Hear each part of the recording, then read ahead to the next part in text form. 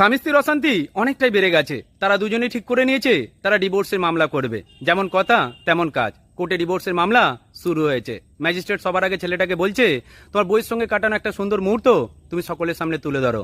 তখন ছেলেটা বলছে, হ্যাঁ, বউ মানুষটাই সুন্দর নয়, বউয়ের সঙ্গে কাটানো সুন্দর মুহূর্ত আমার জীবনে কিছু নেই। এই সেম কোশ্চেনটাই ম্যাজিস্ট্রেট মেয়েটাকে করেছে। মেয়েটা উত্তর দিচ্ছে, স্যার, আমার স্বামীর সঙ্গে কাটানো সুন্দর মুহূর্ত অনেক, কোনটা বলবো?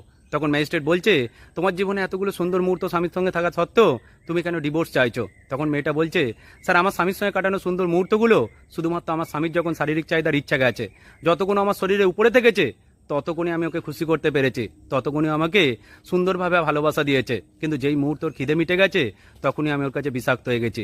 এই জন্য আমি ডিভোর্স চাইছি। এটাই সত্যি।